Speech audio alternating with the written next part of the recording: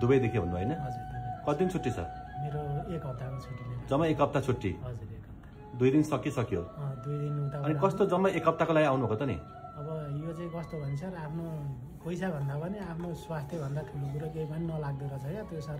बिरामी भइसकेपछि मान्छेलाई यो जति पैसा कमाए पनि काम नलाग्ने जस्तो। 7 दिनमा काम हुन्छ नि थाहा थियो तपाईँलाई? मैले त हजुरको टिकटक चाहिँ पहिलादेखि नै फलो गरिरहेको थिएँ। अनि त्यो अब बिहान आइसकेपछि 2 बजीसम्म काम सकिने त्यस्तो त्यस्तो भिडियोहरू यताउता हेर्नुहोस् त। उहाँ दुबईदेखि आउनुभएको जम्मा 7 दिनमा छुट्टी पाउनु भयो अरे। पहिला पनि हाम्रो एउटा बिरामी आउनुभएको थियो 3 दिनको लागि। कतिले कमेन्ट गर्नुभएको थियो कहाँ 3 दिनमै हुन्छ, जे पाइ त्यही कहाँ मान्छे जम्मा 5 दिनमा आउँछ 7 दिनमा आउँछ भन्नु थियो। उहाँ थाहा पारे आउनुभएछ। आउन उहाँ 2 दिन घरमा अड्किनु भयो। आज राति आउनुभयो थियो, बिहान खाली पेटमा आउनुभयो र आज फेरि राति नै सबै काम भयो। उहाँको एन्डोस्कोपी कोलोनोस्कोपी सबै जाँच गरेर उहाँ अब बेलुका फेरि नाइट बसेर जाँदै हुनुहुन्छ है। हामीले जति पनि बिरामी हाम्रोमा हेरेका छौँ हाम्रो आधा दिनमै काम हुन्छ। यदि तपाईँ खाली पेटमा आउनु पर्यो भन्ने हामीले कुरा गरिरहेका छौँ।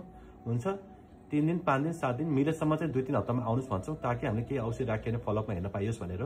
तर काम चाहिँ हुने भयो। तर सकभर हप्ता 10 दिनभन्दा बढी भइदियो भने एकचोटि आउनुहोस् न भन्ने हाम्रो कुरा हुन्छ। हस् त, धन्यवाद।